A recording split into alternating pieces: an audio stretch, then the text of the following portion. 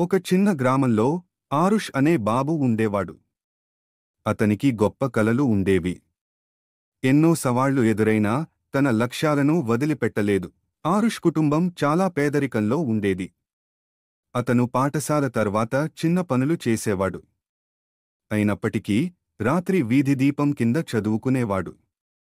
అతని లక్ష్యం ఏదైనా సాధించాలి అనే సంకల్పం. ఎంత కష్టపడ్డా ఆరుష్ తన మొదటి పరీక్షలో ఫెయిల్ అయ్యాడు. అతను నిరాశ చెందాడు.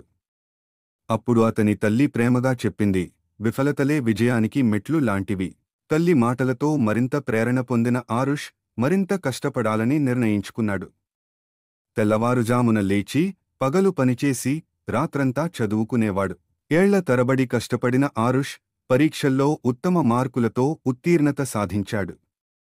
నగరంలో చదివేందుకు స్కాలర్షిప్ కూడా గెలుచుకున్నాడు.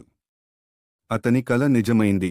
ఆరుష్ జీవితం మనకు బోధిస్తున్నది ఏమిటంటే, ఎంతటి కష్టాలు వచ్చినా సంకల్పం మరియు శ్రమ మన కలలను నిజం చేస్తాయి. ఎప్పటికీ లొంగిపోవద్దు.